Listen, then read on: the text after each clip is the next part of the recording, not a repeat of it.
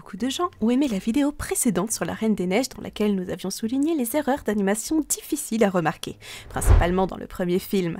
Dans cette vidéo, nous allons également montrer les erreurs d'animation dans la Reine des Neiges 1 et 2. Avant de nous plonger dans les erreurs d'animation, je tiens à souligner que notre objectif n'est pas de critiquer qui que ce soit ou l'animation, mais de nous amuser en repérant des petits détails. C'est parti! Nous commençons par le premier film, La Reine des Neiges. Au début, Elsa dort dans leur château. Cependant, Anna est très excitée et réveille sa sœur, Elsa, car elles vont jouer avec l'aide des pouvoirs magiques d'Elsa.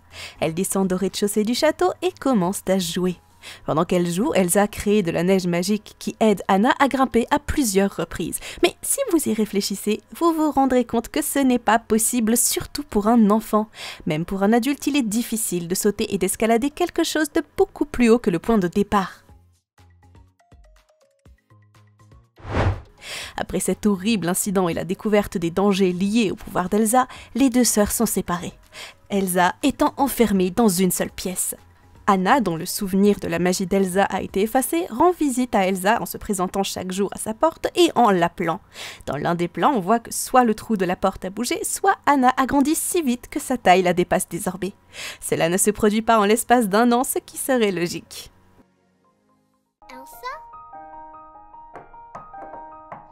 Do you wanna build a snowman? Le jour du couronnement spécial, Anna se réveille excitée et commence à chanter dans le château. Plus tard, dans l'une des salles, elle déguste des amuse-gueules tout en continuant à chanter. Après avoir tenu une sculpture de tête et tourné sur elle-même, elle perd le contrôle de la sculpture qui heurte le gâteau.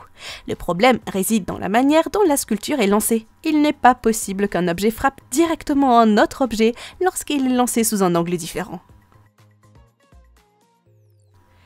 Anna continue de chanter après avoir quitté le château, se rapprochant du port au fur et à mesure qu'elle termine sa chanson. Alors qu'elle chante sur une note aiguë, un cheval la heurte soudainement et bien que tout semble normal en raison de la vitesse de la séquence, si vous regardez de près, vous remarquerez que son médaillon traverse le corps du cheval.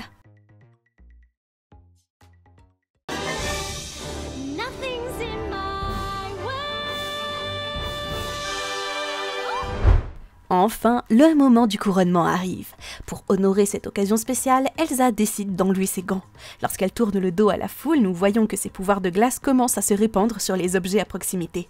Elsa s'en aperçoit et remet rapidement ses gants. Cependant, lorsque la scène fait un zoom en arrière, la glace ne s'est pas répandue autant qu'elle l'a fait quelques minutes plus tôt. En fait, elle aurait même dû s'étendre davantage. Pendant le couronnement, Anna et Elsa ont une confrontation au cours de laquelle Elsa dit à Anna que Hans n'est pas la bonne personne à épouser. Alors que leur conversation tourne à la dispute, les pouvoirs d'Elsa sont révélés et elle s'enfuit du château. Pendant sa fuite, elle utilise sa magie pour geler l'eau. Cependant, cela n'aurait pas dû se produire car Elsa portait des vêtements supplémentaires tels que des gants pour éviter que ses pouvoirs ne soient révélés. Cette incohérence se retrouve tout au long du film. Qu'en pensez-vous ?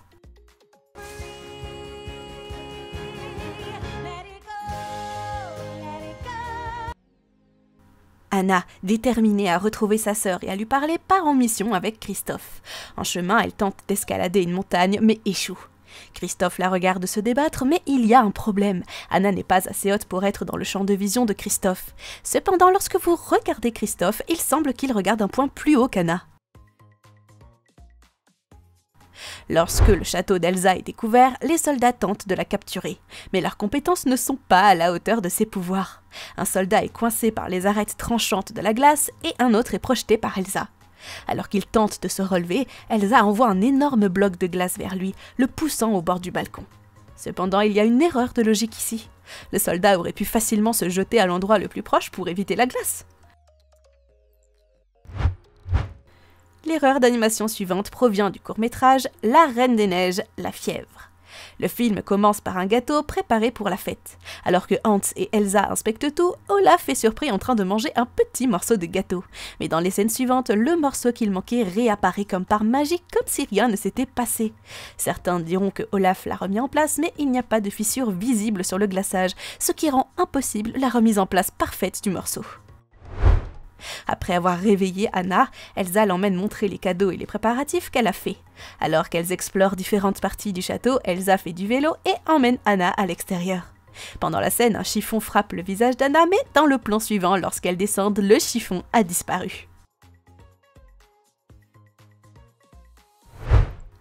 À l'intérieur du château, alors que la chorale d'enfants chante pour Anna, celle-ci prend une bouchée d'un sandwich géant. La scène se poursuit alors qu'Anna s'efforce de tout tenir et que les objets tombent. Cependant, lorsqu'elle ramasse tout, la bouchée du sandwich a disparu. Passons maintenant aux erreurs d'animation de La Reine des Neiges 2. Au début du film, Elsa et Anna s'amusent avec des jouets fabriqués en neige par Elsa. Dans l'une des scènes, le bonhomme de neige a des bras faits de petits bâtons, mais dans la scène suivante, le petit bonhomme de neige n'a plus de bras. De plus, certains personnages changent de position alors que ni Elsa ni Anna ne les touchent. C'est notamment le cas lorsqu'Elsa crée une reine des fées.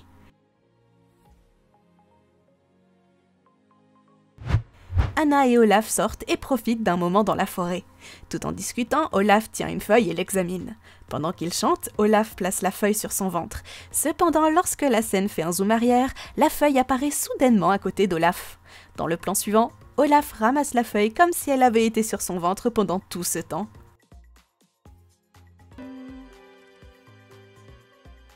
I'm holding on tight to you. L'erreur suivante se produit pendant le jeu des charades silencieuses. Alors qu'Anna tente d'expliquer le spectacle qu'elle a choisi, un petit détail attire notre attention. Regardez Sven et les objets qui se trouvent près de lui. Un bol, un sablier et une cloche.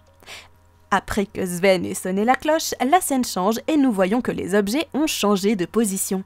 S'il est logique que la cloche se soit déplacée, comment le bol et le sablier ont-ils pu changer de place?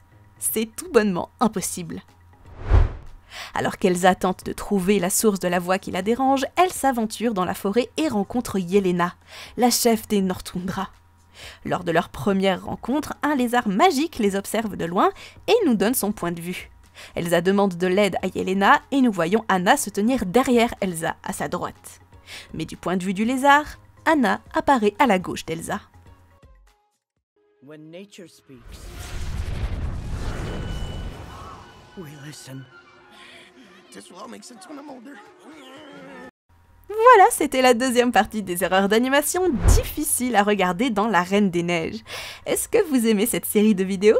Si oui, n'hésitez pas à vous abonner à la chaîne pour ne pas manquer les prochaines qui sortiront peut-être bientôt. Aimez la vidéo si elle vous a plu et n'hésitez pas à nous demander plus de ce genre de vidéos dans les commentaires. Sur ce, je vous donne rendez-vous très bientôt dans une nouvelle vidéo. C'était Romane, à plus!